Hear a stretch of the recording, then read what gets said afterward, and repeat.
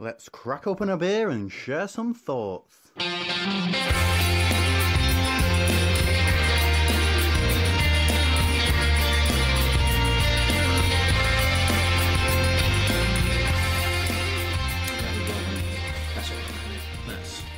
hits the spot. Yeah. It's juicy. Hardly any bitterness to it though. No, there is a distinct lack of bitterness. Yeah. But sometimes I just want a bit of bitterness and. I do, which is why I've been thrilled to have found Stone beers in Tesco this week, because it's what they you used are to be, getting isn't it? bitter in like Stone IPA is as bitter as you like, and I'm loving it. And it's tough because my taste buds are having to readjust to that because we don't real have that many bitterness. of those beers, yeah, because it's changed. The market's changed, and what's I'm actually quite pleased that hasn't though. Or if it has, it hasn't. There's a lot of people saying it's very different from Stone IPA brewed in America. Right. That maybe they've tweaked the recipe slightly from the Berlin brewery to meet the European market. Possibly. All the chocolate companies do that with chocolate, don't they? Yeah. The chocolate you buy in one country to another country will be suited to their taste. But tweaked, that's the thing, isn't it? Yeah. So it's evolved rather than being a revolution. And it is a different beer on Untapped. Yes. As well. Because it very distinctly states on Untapped Stone Berlin rather than that's because I spent hours creating all those beers. And then sent them to the moderator. So what are we drinking? What have we got here? This is again, you're providing the beers for this evening. This is from my own Beer Bod's ones to watch box, and this is from Deya Brewing Company. It's the Steady Rolling Man Pale Ale. Comes in at a respectable 5.2%, so fairly sensible for us. I'm quite liking this. Just below session strength. Yeah. And we did the Deya collab when we did the show with Ruth, didn't we? Was that when we did the Deya? Yeah, it was Flavour of the Month. Yeah. that we did it with. And we were looking forward to doing their own beer. Their branding's very distinctive, isn't it? Yeah. Big can as well, 500ml can. Yeah. So we've got a nice pour. Nice pour to start off with. Each of this. It's a fruity murk bomb. It is. It's murky more than hazy. Yeah. It's very fruity. Hardly any bitterness at the end, as we were just saying there. But doing a job in so far as what it says on the can. Oh no, it's doing everything which it should do. It's got quite a nice level of dryness. So although it hasn't got that bitterness, it's got a level of dryness at the end of it. It has. I still want that bitterness though. Yeah. I still crave the bitterness at the end of a beer. Yeah, so do I. But it is still a very good example of what can be done without it still being too heavy. Oh, absolutely. And I can understand why people rave about this. And there are a lot of people that have been raving about this beer, and I think deservedly so. Yeah. Is why it's probably in the Beer Bod's ones to watch. Yeah. And to be fair to Matt and Gordon, their ones to watch case last year had some real corkers in there that really were the ones to watch. So they do a little bit of work on this, I would say. Yeah. So Deya, definitely the last 2 or 3 months, there's been a lot of chat and noise about them, hasn't there? Oh, absolutely. And they're going to be at Hop City as well. Pouring fresh beers. Fresh murky murk, hops. IPA bombs, no doubt, which is what that event's about. And also their cans. Yes. Big can. Big can. I would think this is from America.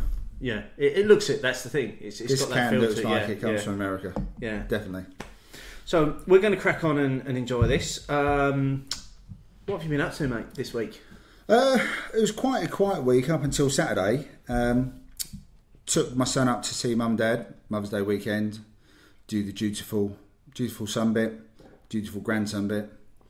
Ticked all the boxes, and then abandoned all of them.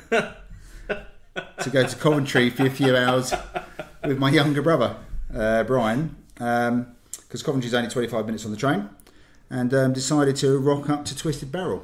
Nice. Which I think you've been to about a year and a half ago, didn't you? I've been there. It's a nice space, It's a lovely space. I went there during the day and obviously the weekend, lovely weather as well.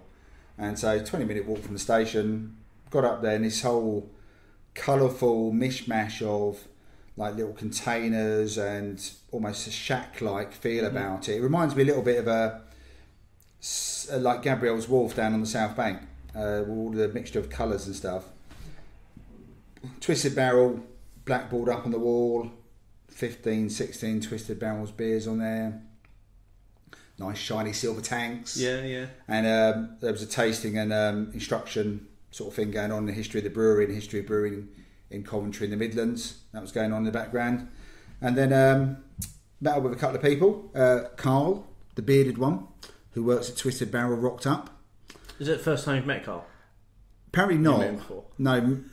Apparently you've met him at Indie Man, I reckon. Yeah. Michelle reminded me that when we went over to try Bob's Fudge, not a euphemism still. Still not a euphemism. Yeah. And he was there as well. But I it's a bit vague, that bit, if I'm being absolutely honest.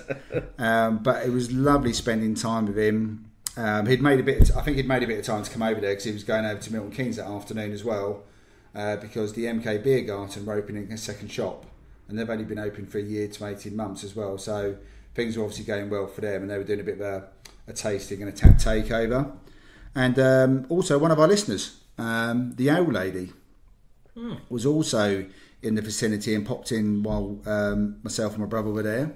Shout out. Yeah, so I had a listener. Had a really nice catch up with her. Lovely to meet her. Another real person. An actual real person. We're almost in double figures for real people. Hopefully she gave lots of really good feedback about the show as well. Yeah, well, she did start one sentence. Oh yeah, there's one thing I want to say, and I thought, oh shit, she's going to say something about the show. Where's this going? Yeah, but it wasn't. I thought, oh no, not while I'm here. Not while I'm here with my brother, who's never listened to it properly. So yeah, but that was really good. And the beers, there's some really nice beers in there. And any real standouts? My favourite beer was the mild. Wild Beast or Mild Beast. It's 3.3%. Really tasty beer. Good example of what you can do. I described it as an old-fashioned vanilla choc ice. Oh right, okay, yeah. That's the best way I could describe it. Straight away, I can get that flavour in my mind. That was the best, you know exactly what that is. That's what really hit me. And then we went to Beer Gonzo, the bottle shop and their little tap room at the back. I say little tap room. They've got 16 beers on tap. Wow, that's not tiny. And it's a pretty stunning range, to be honest. And the bearded one had recommended a beer to go for. A very sensible 8% sour from Alvine, which both me and my brother are massive fans of the Marriage Parfait. I think it's better than the Marriage Parfait. The Marriage Parfait is one of my standout Belgian beers. This beer was superb. Came in 8%, but tasted about 4.5%. And again, on a lovely spring day, it was delicious. Really nice. Loads of fruit flavours come through. Wasn't that lip puckering kind of sourness either. I'll take your word on that, because the minute I hear the word sour. I venture it's straight away. I think Gaviscon, and because I know the sort of impact that sour beer is going to have on me. You going, ugh! Yeah, but no. But the actual space was really lovely. It's really big, quite a big bottle shop at the front, and then this lovely big area at the back as well. And the tap room, just got 18 taps, and they've got the beers are projected. So, but they just changed the projection onto the wall. So no need for chalkboards or anything like that. Yeah, cool. No, nice, really nice lovely touch, space. Yeah. And again, it's only about 5 minutes back to the station as well. Yeah. So it would appear that Coventry and the Midlands in general, as I'm sure again to reference Bob, is starting to wake up. They're coming. It does seem as though, because it seems as though for a long time the Midlands have been quite a way behind. Sleeping giant. The beer wave. Definitely in a sleeping the giant. There's so many people there. Such a traditional history. I mean, apparently there's 20 odd breweries in Birmingham.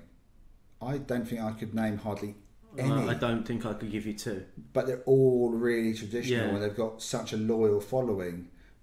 So there is something there. Someone just needs to crack it. And I think Twisted Barrel are definitely starting to do that. Although, according to Carl, a lot of the beers seem to get a lot more outside of the area. There's because I think they get a quite good following outside. They've got quite good distribution as well, because they're linked in with eBrew as well, aren't they? So and they had some there's some good write-ups after Craft Beer Rising as well. Yeah. Matt, definitely get them a good shout out. Half Pint Gentleman give them a massive shout out after the Craft Beer Rising. So they're definitely hitting the mark with a few people. And thank you, Carl, for giving me a couple of beers to take away with me. My brother managed to get some as well. Don't know why, but he did. Is your brother's not a drinker? No, he's definitely a drinker. But not... Not craft. Not craft. We're working on it. Okay. It's a work in progress. So did you manage to get his beers off of him? Well, he swapped out. He said, I'm not going to drink the stout. I'll give it to you. Okay. You're not going to give me the pale? No. Well, that's a start, at least then. Yeah. But no, I'm not swapping out. Yeah. I'll take your stout.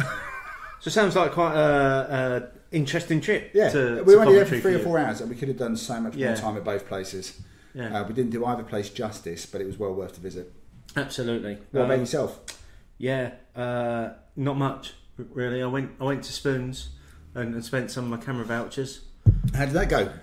Yeah, $1.55 a pint with the camera voucher. Camera voucher. I was chuffed with that. Did you take your What's Brewing with you? No, I read it before I went. Oh, you should have taken it with you. No. Got your voucher out, your What's Brewing. The beers were bad enough. Ordered your £1.55 pint. Let's put it that way. So they weren't really standouts. A couple of the only two that are really worth any mention in terms of what were real standouts for me in the last week. One of them was I got involved, a rare occasion where I could actually get involved in Craft Beer Hour, where I actually had a beer from the brewery that were involved in the cupboard. I got involved in the Duggars Craft Beer Hour last week, drinking their Sadamo Dimtu, which is a coffee infused imperial coffee stout. It's not like you to have one of those in the house. No, absolutely not. Did everything it should have done on the label. It was a big, thick stout, loads of coffee flavour going on in there. Just really drinkable. 10%. Didn't even feel 10%. Just a really good drinker.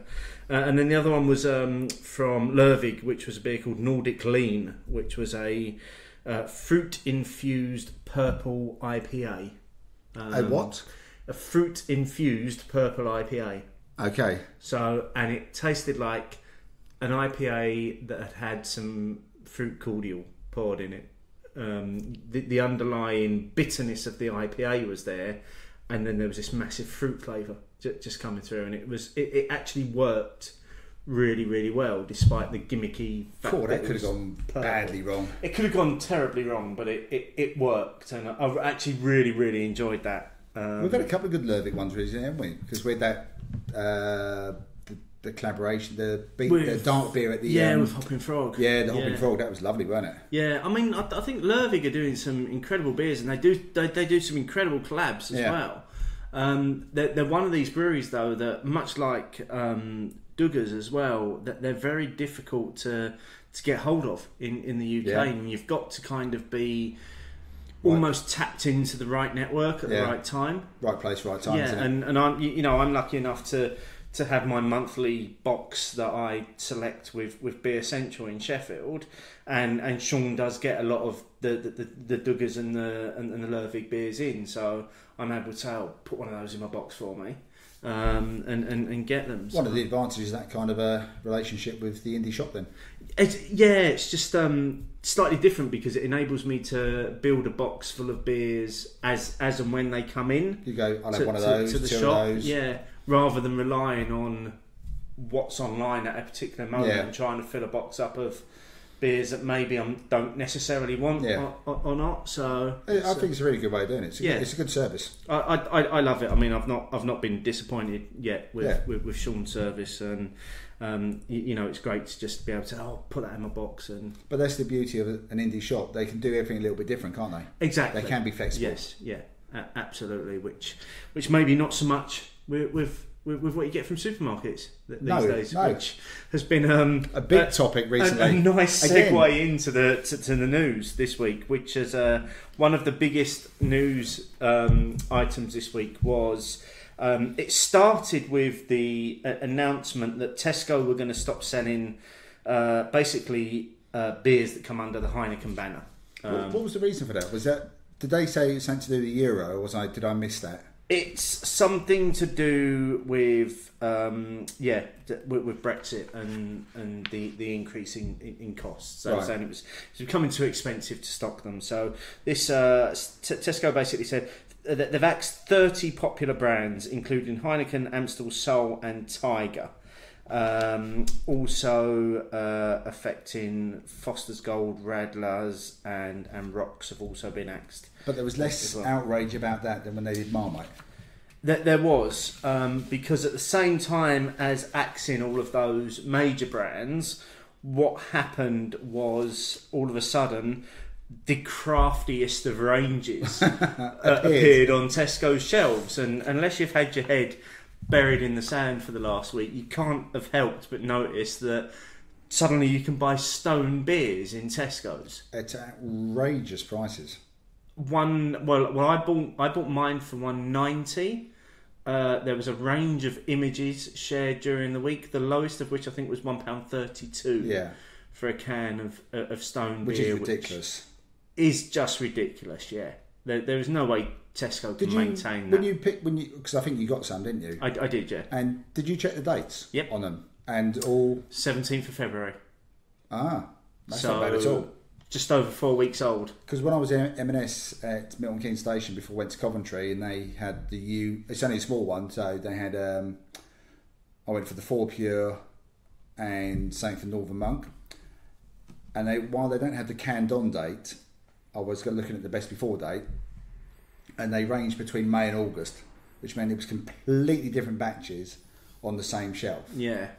So I did manage to get some August ones, working on the basis that, okay, let's go back 6 months. They were canned a year ago. So better, or at least fresher anyway. But I was just wondering, so you were fairly confident that you were getting some fairly fresh go-to and Stone IPA originals. And also their Cali Belgique IPA as well. Oh, that's in there? Yeah, that was in there as well, which I literally had to stop and have a moment in the aisle when I saw that in the bigger store. Because bloody hell. And I'm just like, it's interesting because it's like, what a time that we live in right now to be able to walk into your local Tesco and not just buy a range of craft beers that have been brewed in the UK.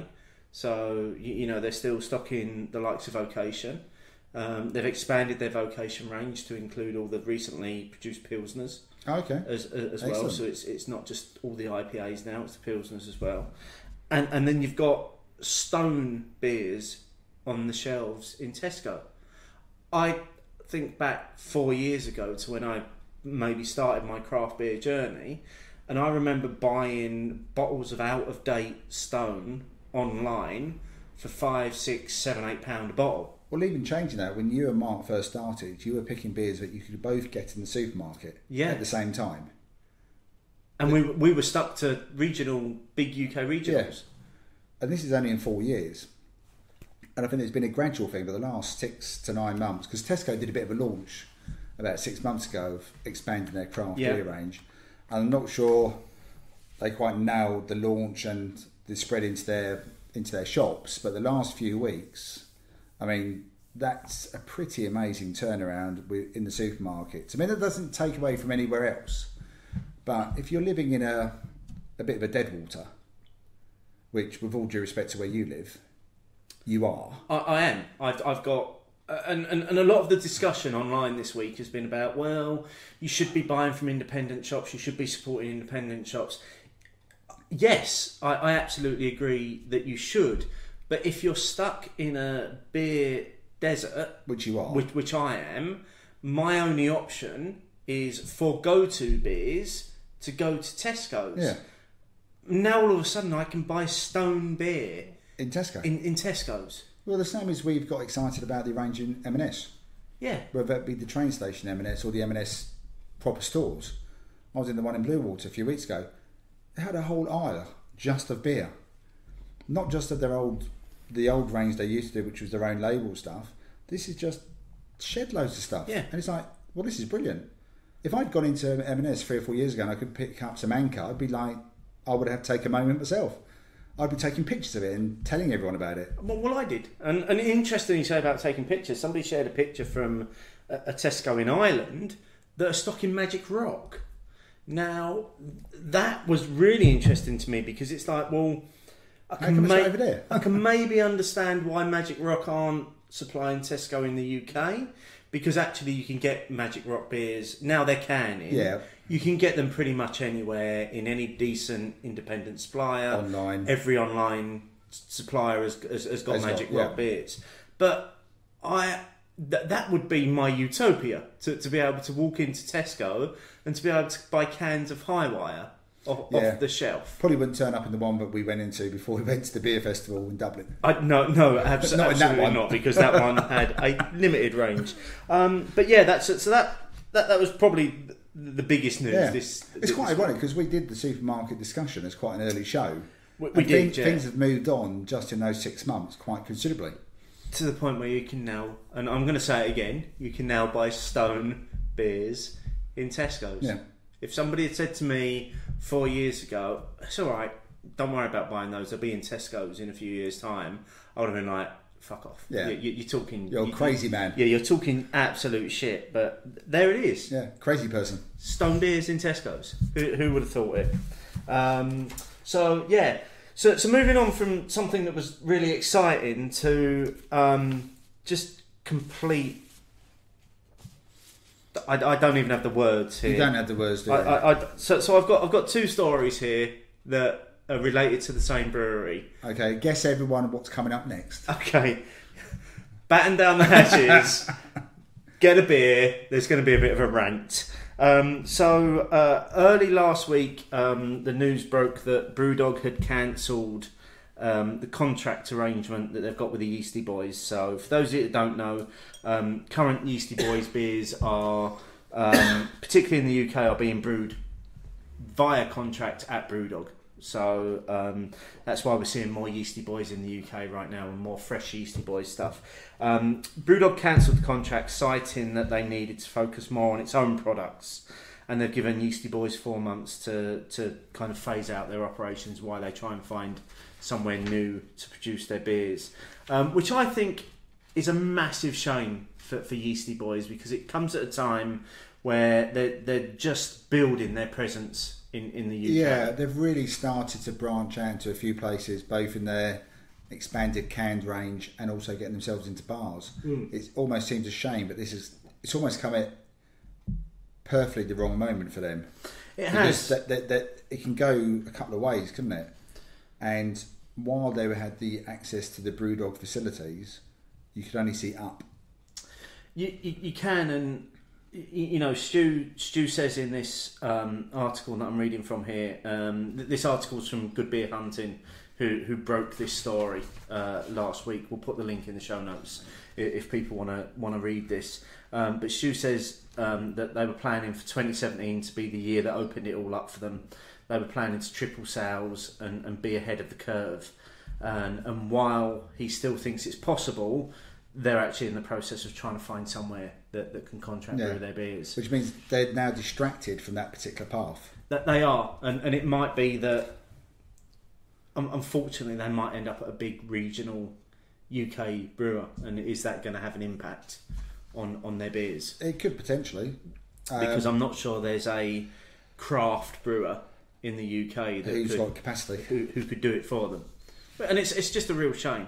It is a shame. And I can't, off the top of my head, I can't think of anyone myself who's got that spare capacity that we know of, other than perhaps a regional brewer.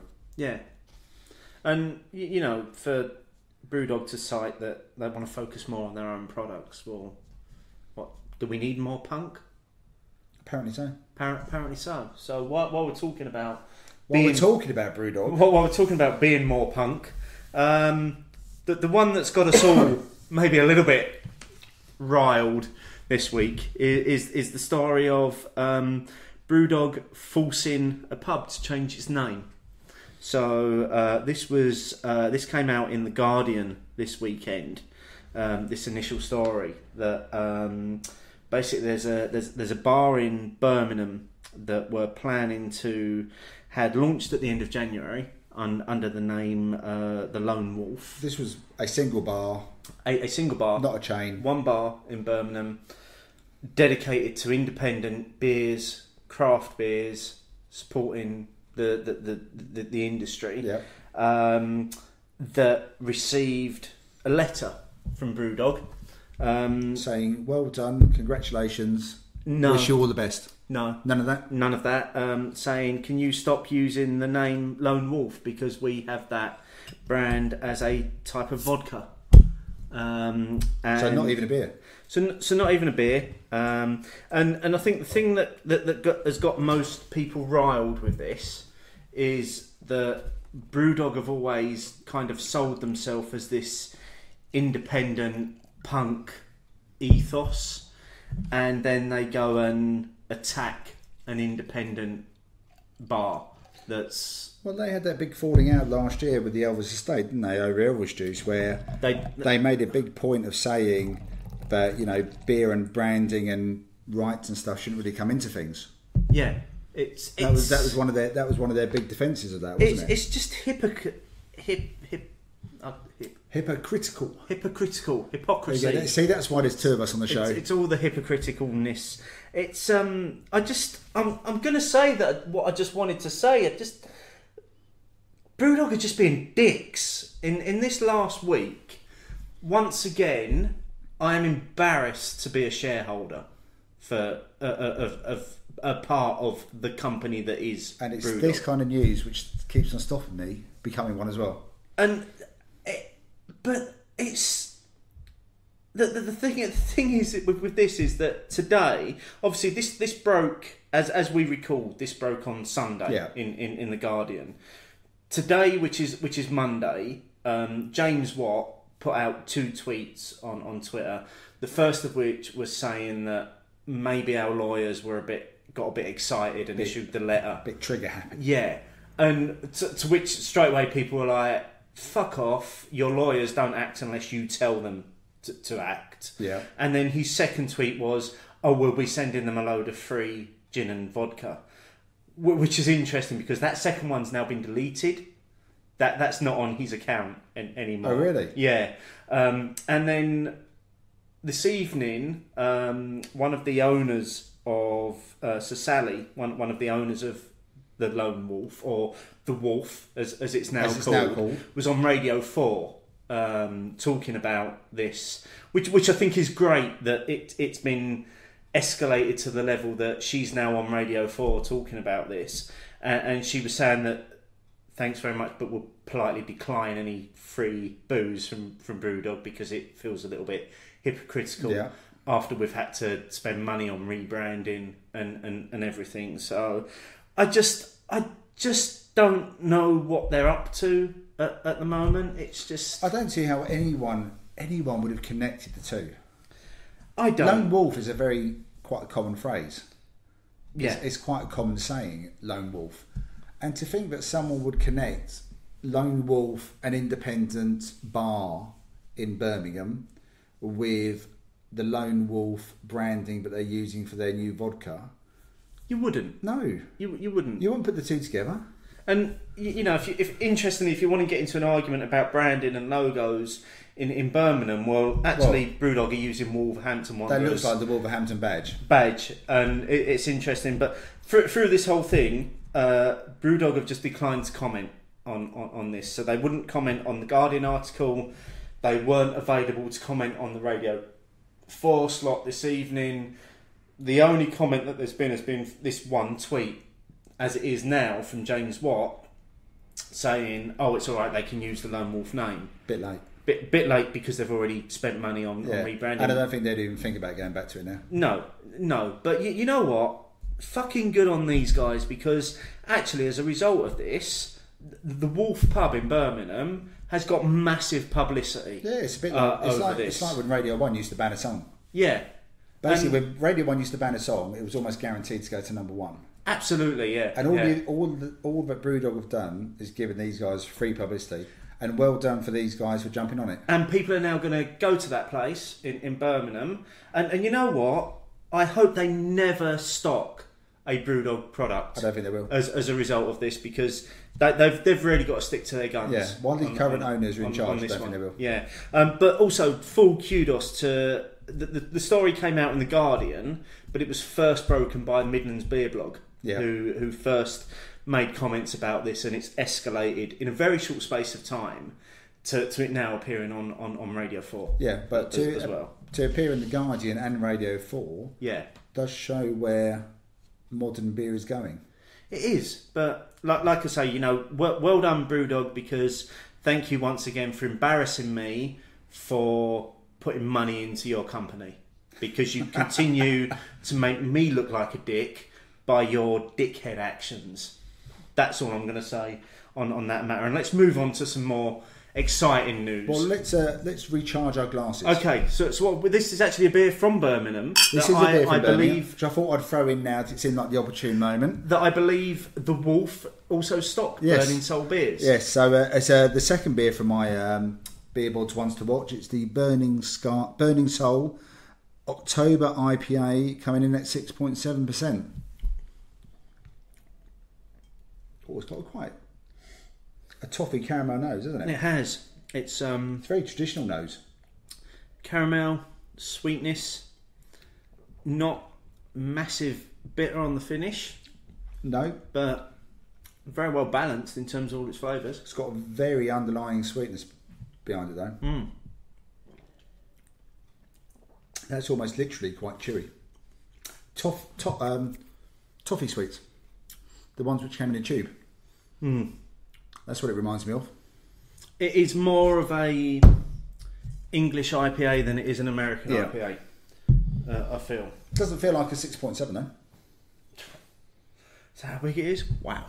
No, it doesn't feel like that at all. No. But very drinkable. It's very drinkable, but I just need to get ready for the sweetness again. No.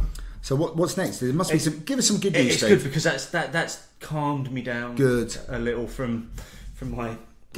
Give us some nice news, Okay. Steve. Let's have some news from Manchester then. So firstly, if you missed this, Indie Man.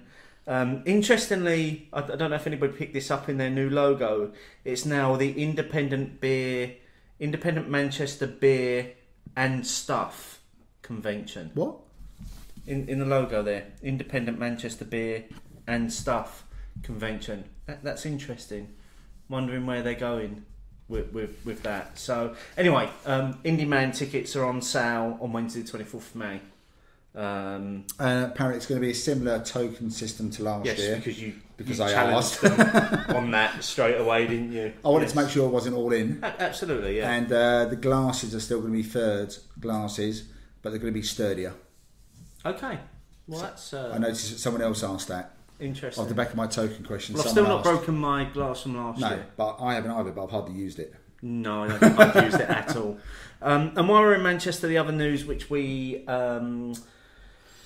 mentioned last week that we were going to feature this week, Cloudwater put out a blog at the weekend saying this is the end.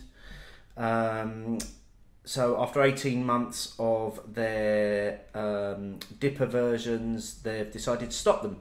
The most recent version, so Dipper version 13 is the last version of the Dipper that they'll do, because they as Cloudwater do, they want to constantly innovate and change things up. So what they're going to do in place of the versions, that they're going to introduce 3 new double IPAs that will be rotated in and out dependent on what hops and ingredients are available. So the first of which is going to be a North, I assume by NW they mean Northwest. So a Northwest Dipper. So this is going to be looking at using the yeast that they have from JW Lee's, either on its own or as part of a blend of yeasts, to produce something that's more distinctive to the local area, which I think is great because it's really defining what they're doing. They're going to be producing a IIPA, so a double IPA, not a dipper, a double IPA. And on this one, they're going to be looking at using a yeast which produces lower esters, which enables the hops to really come through in it. So I think that's going to lend itself more towards the bitterness, the West Coast style double IPAs that we're used to. Okay, like the sound of that. And then there's going to be any dipper, which could be Northeast or North England. No, not North England. It's definitely New England. It's going to be North. New England. I think stick with North. No, so it goes on to say we're far from done with our love affair with New England style dippers. So from time to time they're going to bring this into the schedule, which is the softest, juiciest dipper they can make, using a yeast that takes away from the hops, and allows the juiciness. So it's going to be a breakfast juice. It's going to be a milk bowl. Yeah. So that was all from Cloudwater. You can read that on Cloudwater's website, so cloudwater.co /blog. Maybe the beers are getting to me this evening. Go to Cloudwater's website and read all about that. So that's the news. That's taken ending on that bombshell. Yes, that's the longest introduction that we've possibly ever done to the show. So we should really move on to this. Opinions, opinions, opinions, opinions. So this week we asked, it was all about geekery this week. So is yours just limited to beer? So we gave two options. One of which was beer is the answer, and the other was other. I mean, the first option is a really good option. It is a really good option, yeah, and links into a blog as well. Yeah, I know, a really well-known blog, obviously. Yes, obviously. So 34% went for beer being the answer. 66% went for other. Total votes 176, which is interesting. It was a low number of votes, but probably the most comments that we've ever had. Yes. On a poll. So I'm going to give you the long list of things that people geek out about. Okay, big breath.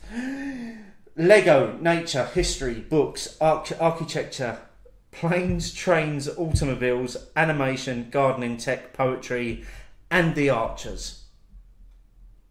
The Archers was a surprise, wasn't it? It was. I had no point of reference. No, the Archers was a surprise. It's a bit like when Janice from Mrs. Irish Beer Snob said crochet. Yes, that was a late entry. I had nowhere to go with that either. Yeah, some things that people geek out about, I just don't get. I had nothing. No. So that was the long list. The shorter list of stuff that was really popular, so things that kept coming up again and again. Sport, so which was to be expected. Yeah, although it came out, there's quite a lot of genres of sport that came up, wasn't it? Cricket, bike racing, NBA, football, baseball and wrestling. Some people may have issues with that last one. Being a sport. Sports entertainment, I think you'll find it's maybe listed as. Neither. But anyway, we're not going to go into that. Music, lots of people commenting on music, particularly Mark Johnson. Bit of surprise, this one, I have to admit. Taylor Swift. Yeah. Mark Johnson is a massive Taylor Swift fan. Didn't see that coming. Did you not know that? Did not know that. Loves her. Absolutely loves her. Genuinely as well. This isn't. He's not joking with this. So it's a little bit of an emoji with little love hearts coming out all the time. Yeah, absolutely. Films, food, games, whiskey and other spirits, also gin, other drinks, wine and cider, comics, art, coffee. I was kind of hoping that coffee would come up. Sci-fi and TV. So, and by TV, there's a whole genre of things. That are thrown in there. Comments that we had before we get into our geekery. Miles Lambert at Miles Lambert. Is Twitter the perfect geek's playground? Quite possibly, yes. I think absolutely yes, and I think we'll come on to that as we go through this. Chris Griffiths at Griffith23. Films, gadget, homebrew kit, comics, books, all the usual. Latest edition is coffee. Your show helped with that one. I like the way you said helped. I've been on that edge of dipping into coffee geekery for a long time, but I've not yet made that step. You haven't made the leap. Even the show that we did with Roland didn't push me over, because I think it's another rabbit hole that you could quite easily go down. I'd very quickly disappear down the coffee rabbit hole. Bay Beer Reviews at Bay Beer Reviews said, I can only do one lot of geekery at a time. It used to be music, but record shops have been replaced by bottle shops. That's something I can relate to that as well. Relate to that. And one of my geekery things is the Beatles. So when I first discovered the Beatles was via Paul McCartney in the 80s, and I was living in London with all the record and tape exchanges in Camden and Notting Hill. I spent a lot of time in record shops just trawling through anything I could get hold of, which I thought was a bit of a bargain. Yeah, definitely. I can definitely relate to that one. I spent a lot of time in record shops in my youth as well, just looking for... I was more about the limited edition vinyl, so something that was coloured or a picture disc or something that was just a bit different. I remember finding the Red album, the Beatles Red album, red vinyl. Ooh, nice. Yeah, I went, nice. Oh, I'm having this. I've got a 3 set of Bon Jovi Lay Your Hands on Me. When they released it as a single, they released it on red, white and blue vinyl, and they released one a week for 3 weeks, and each one had less amount available of it, and I've got all 3, and I've got the pack that they all belong in signed by the band. But I personally, I think it's worth a fortune, but apparently unless I can get the signatures verified, it's worth pretty much fuck all. Oh, which that's is a shame. Yeah, and I'm like, but would you sell it? No, I wouldn't, because it was a moment in time, because I queued up for hours outside Tower Records in Piccadilly to get their signatures, and then spent the following 3 weeks searching out these vinyl records to make sure I had the pack. So, and they've never been played, so they're all in mint condition as well. And as geeks will know, anything that's in mint condition is worth getting excited about. True. So just coming back to some of these other comments, Simon Clark at Simon Carbon summed this up, I think, by saying it might be necessary to compile a spreadsheet of my geekery. I thought that was brilliant, which I think we can all relate to that one as well. Bob Maxfield at Bob Maxfield, who to me, Bob is almost like the ultimate geek. This is the man I look up to. So wrestling, comics, movie, TV shows, just a big geek about life. I'm going to add to that, having chatted to Bob as well. I know he also has subscriptions to not only coffee, but he also has a bacon subscription. That's brilliant. As well. A bacon subscription. This man takes geek to the next level, and I'm dedicating tonight's show to Bob Maxfield. Because he is, for me, the ultimate geek. And to sum up how much I'm dedicating to tonight's show to him, I've got a very special exit tune on tonight's show just for Bob, which I imagine by this point, if he's listening, he's probably going to be screaming to himself. Because he'll know what it is. Yeah, no. And then finally, this was part of a conversation. So Mr. Walker Porter at Mr. Walker Porter. This was a conversation with Wayne at Irish Beer Snob and both ourselves, talking about cult TV, particularly stuff that you and I are both into. So Flash is so good. Best TV comic show. All characters are fleshed out. Arrow needs to end now. Daft backs, and that's in relation to the flashbacks that appear in Arrow. But I'm sure we're going to come back to that. We will come back to that as the evening goes on. And just so everyone knows, Steve is wearing a Flash t-shirt. I am wearing a Flash t-shirt this evening. I thought as though I really needed to embrace the inner geek tonight for tonight's one. So let's talk about our geek journey then. Whoa, Doctor Who. From the beginning for you? Well, I wasn't around from the beginning, but for me, I discovered Doctor Who quite early on. Mum and Dad never got it, never have got it, still don't understand it. Don't like the fact I've brainwashed Michael as well. That was my starting point. Doctor Who, probably football as well. Was that as a child or as a youth? Or? Child. So Doctor Who was your first memory of something that you could latch on to, attach a geekdom to. Yeah. For me, mine was Star Wars figures. So I was a massive collector of the Star Wars figures, but at the time probably wasn't collecting them. Was playing with them. Yeah. Was just playing with Star Wars figures, and probably Panini sticker books as well, which is probably my first real collectable thing. That's a good one. I hadn't thought about that. Yeah, sticker books, Panini. How many times would you be in the playground? Oh. Got need need Badge, shiny badge. Oh, I'll give you 3 for that. And I wonder where the badges thing come from. maybe Panini sticker book. Maybe.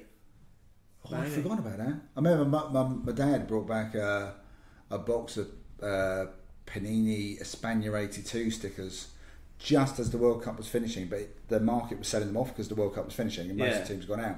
And he brought back like a box.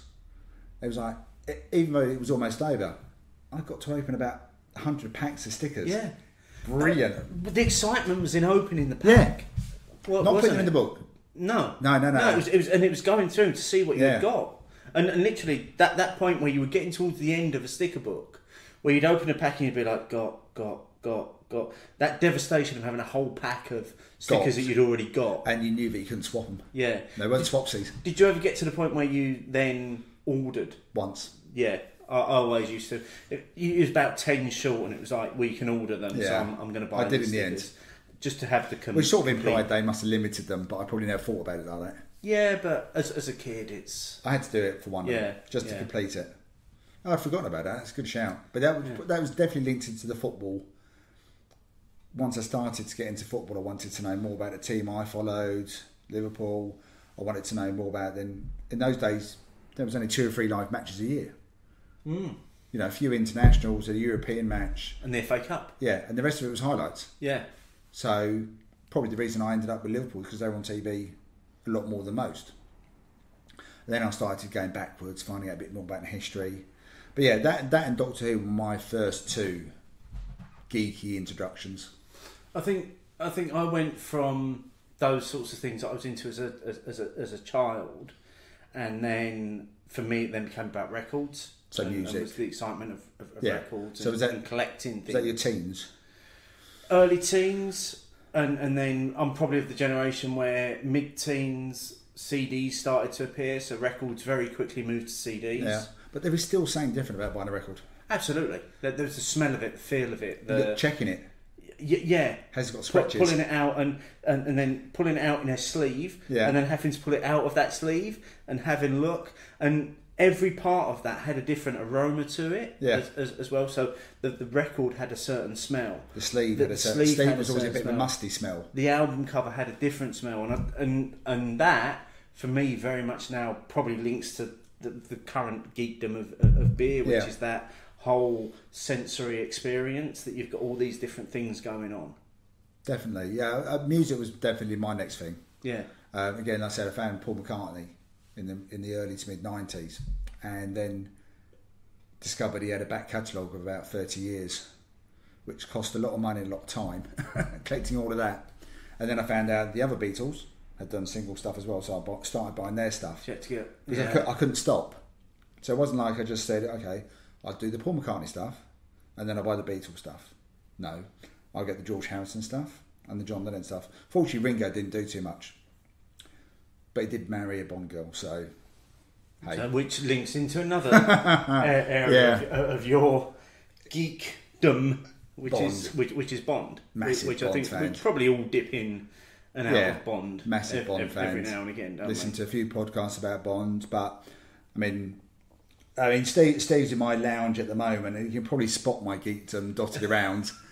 Just a little bit. It's kind of like a shrine to geekdom here. There are pictures of everything, and there's more Doctor Who figurines than I've ever seen in a single place before.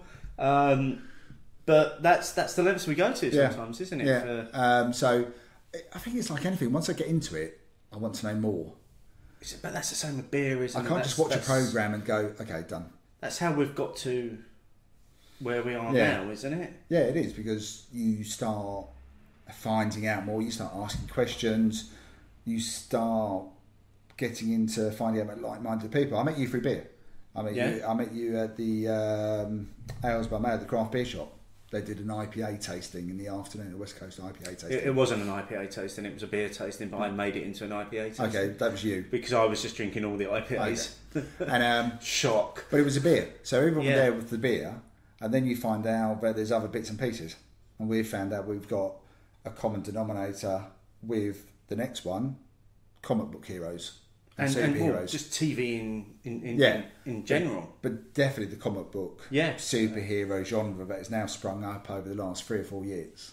Okay, so before we carry on with the comic book chat, which is going to take up probably the remainder of this show, final thoughts on the Burning Soul Oct IPA. Well, I said it is a very English take on it, isn't it? Very British. I mean, the hops are Chinook, Summit, and Citra, but you're definitely getting a lot of that sweet malty backbone coming through it, which you'd associate with an English or British IPA. But they have made it a very drinkable 6.7%. It's incredibly drinkable for 6.7. And that sweetness has started to die off a bit, I have to admit. My palate's obviously adjusted to it. I would still prefer probably a little bit less of that toffee and caramel backbone through it. Yeah, I'm probably kind of a bit more the hops coming through would work for me. For me, with an IPA, these days I'm all about the hops. I want the hops to shine in an IPA. I don't want an IPA that's a malt forward IPA. No, this is definitely malt forward. If I want something that's malty, I'll go for a standard bitter or something. You know, I don't want that in my IPAs. It's not what I was expecting, but at the same time, I'm not disappointed. No.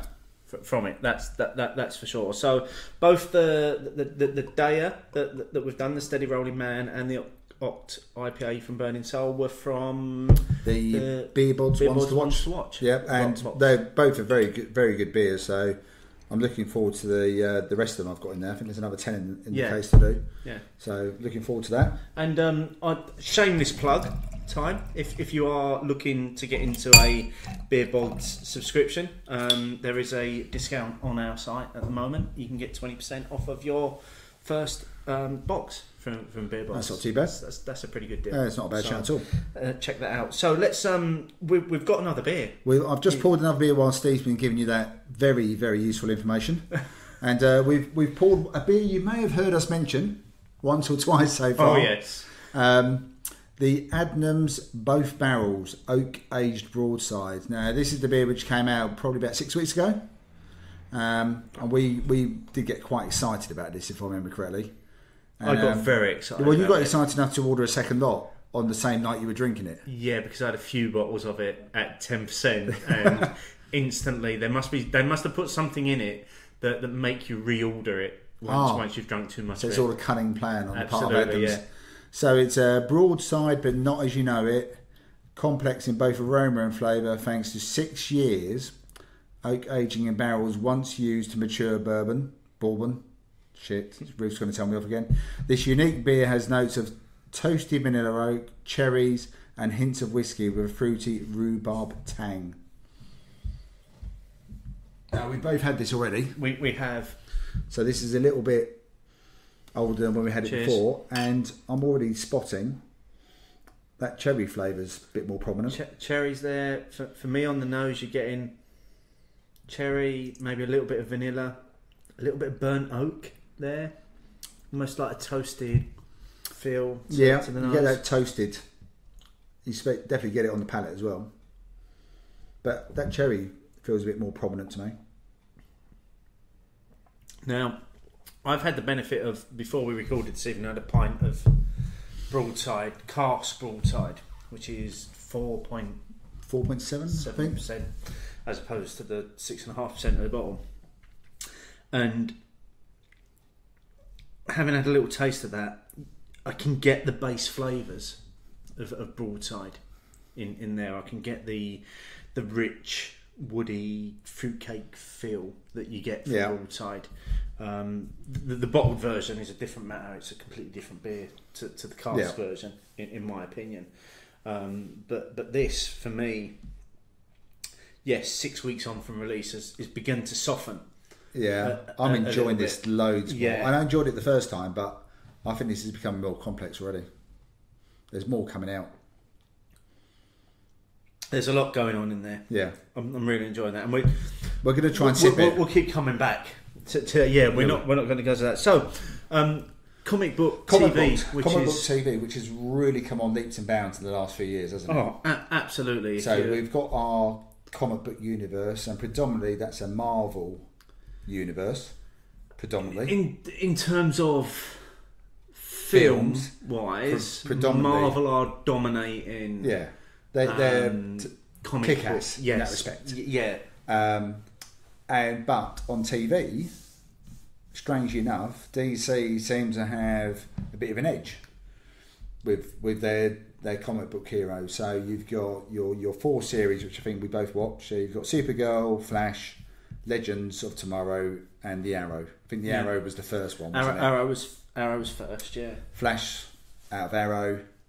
Yeah, spawned from it. Legends of Tomorrow sort of came out with a bit of both of them. Yeah. And Supergirl's on the side, almost in a different universe. Yeah. Part of the multiverse.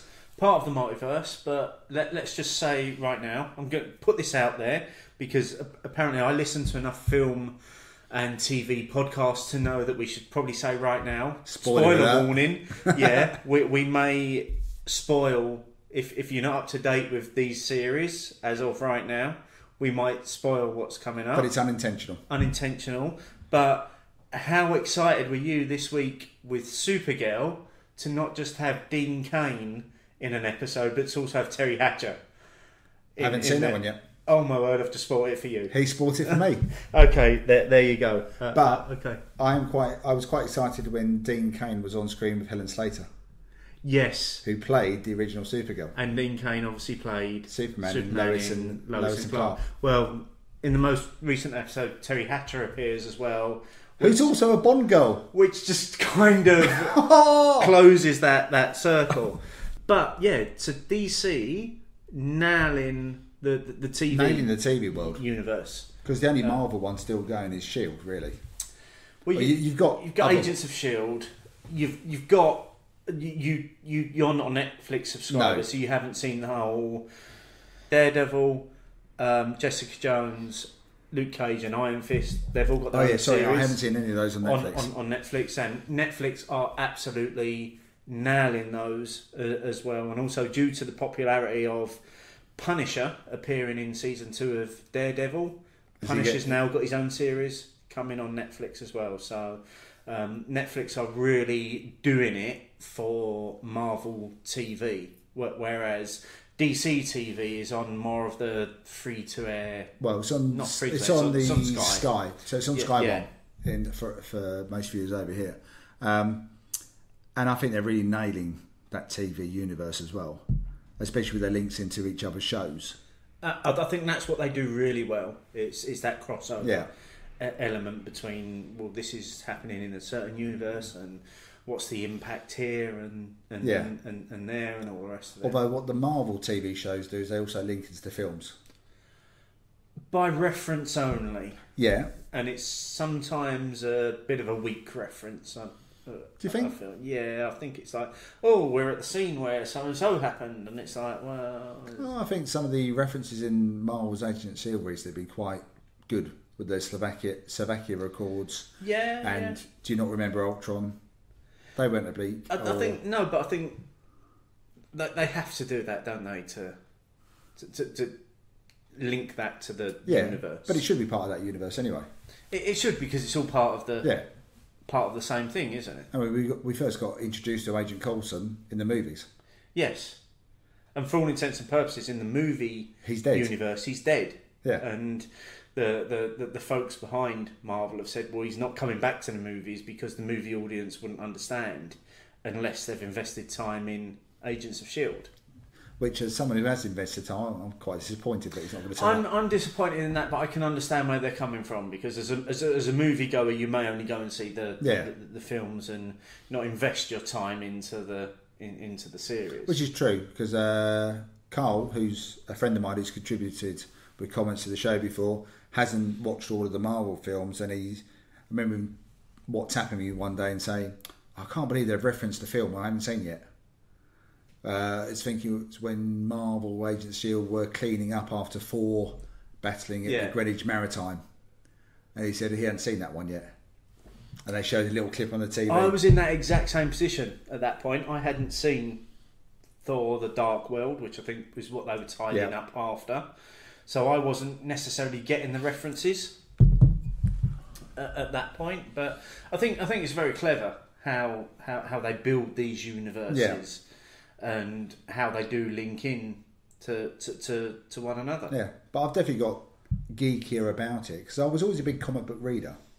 I think one of the comments, someone we haven't read out, was about comics, and I said Roy the Rovers. That was one of the somebody mentioned. I was obsessed about Roy the Rovers, and but I wasn't big on DC and Marvel comics when I was a kid, for whatever reason. But now that I'm watching the DC and Marvel universe on TV and at the cinema, I'm starting to want to know a bit more about history, backstories, links in, that kind of thing. But the TV and the films are doing quite a good job for that for me anyway. I think maybe the TV more so than the films in the DC. In the DC universe, definitely. And DC are really struggling with their film franchise, definitely. Yeah. Superman versus Batman was shit. Yes, it was shit. There's no other way to describe it. And there was that kind of forced-in scene where Bruce Wayne was sitting there and here's the Justice League popping up on the screen. It's like why am I seeing these characters in the middle of this? No film? relevance whatsoever. It's no relevance, and I'm still not. At least with the Wonder Woman bit, she was actually a person in the film. Yeah, she was sat there next to him at the time, and I'm like, for me, I'm really really struggling with the whole. It's going to be a different Flash. Yeah. In the it's Grant cinematic Gustin. universe. Yeah. It's Barry. Grant Gustin has made the Flash what it is. I feel, and I don't think. I think it's a bad move to have casted a different actor. Don't know why you would do it in the cinematic universe. The actor's probably really good. Yeah. But he's up against something. But he's not the Flash. No. Because the Flash is 3 seasons established now. He's already built his own universe and his own character. And I know with my son Michael, and I think with your two boys as well, a well-beloved character. Flash is definitely our favourite out of the DC world. Absolutely. I think for me it's Flash first and then all the others after. Yeah. I mean, I'm struggling with Arrow a little bit at the moment because I'm just like... Fucking backstory. Stop the flashbacks. Can we just have a fucking story now? Even just one episode. And can we also please not have Oliver always facing an opponent that he can't beat? He can't kill to the last minute. Because that's every season now. It's just of the last episode. Yeah. And then even when he does beat them, they turn up in another... offshoot. Yeah, just get on with it. It's just What would be your ultimate geek program or geekdom? What would be if you had to say one? What that I most geek out about? Yeah, I'll say mine. Doctor Who still. I'm massively excited about it. April the 15th when it comes back. I think the one that probably got me more than any other series ever got me was Lost. And now I know how much of that disappointment was that by the end of it then? No, I wasn't disappointed. What, by the last episode? No, Are you the one person? The last episode didn't disappoint. Well, you're the person who was happy. It disappointed me because, and I think this is the problem with a lot of people that invested a lot of time in Lost, was that the finale wasn't the episode that you wanted, because what you wanted in the finale was all of the answers, and you never got it. And you still haven't got all of the answers, and you'll never get the answers. But for me, it was the best version of the finish of that series that it could have been. And I emotionally invested a lot of time in Lost as well. And I will admit now, I still cannot watch the Lost finale without shedding a tear, because it's a really emotional roller coaster of a finish to that series. But there were a couple of seasons, I think everyone will probably agree, season 3, 4, where it kind of lost its direction a little bit. But that's the first time that I could probably say that I really invested a huge amount of time into a series of a program on TV, and went off and researched stuff and read stuff and listened to stuff outside of the actual TV series. program. Yeah, because that's what I've always done with Doctor Who. But there's always been a multitude of information about Doctor Who anyway. But before we move on, I might have to admit to a guilty secret. Go on then. We've all got one. Yeah, we've all got one. This is my one. A late shout out today for someone's geekdom pleasure was from Lou on Brew, at Lou on Brew, when she said Strictly Come Dancing, which I am holding my hand up here, and that is very much a guilty pleasure of mine as well, and has been for a number of years now. In fact, when I first met Lou, was at one of the live Beer O'Clock shows, and I'm fairly certain we spent 80% of the time talking about Strictly Come Dancing rather than the beer that was being tasted on the show. So I will admit to, outside of the sci-fi world and the fantasy world, Strictly Come Dancing is one of mine. So, without a doubt, we're probably unadulterated geeks, aren't we? Yeah, I think we've summed up. Definitely, we are. We are absolutely, and a fair proportion of the listeners are as well. I think we've shown probably just how far we can go, given a few beers and a microphone, into talking about geekdom. And who knows where that might take us in the future? Who knows? We may very well do something in the future around this. Watch this space. So how's the beer going then? Almost finished again? yeah, despite our previous assurances that we weren't going to guzzle this one, it seems to be evaporating from my glass. I am loving it. That's delicious again. Absolutely brilliant. It has definitely changed a little bit, the cherries. It's really soft now. It's got this really soft balance of... You get the woodiness. Yeah, but it's not rough. It's not that earthy. It's smooth. Woodiness, is it? Yeah. Cherries are dominating now in that. It's like it's almost like it's almost got a bit of a cherry Coke feel about it. Why would you put me off a beer like that? Well, that's gross. Why would you say that? Moving on.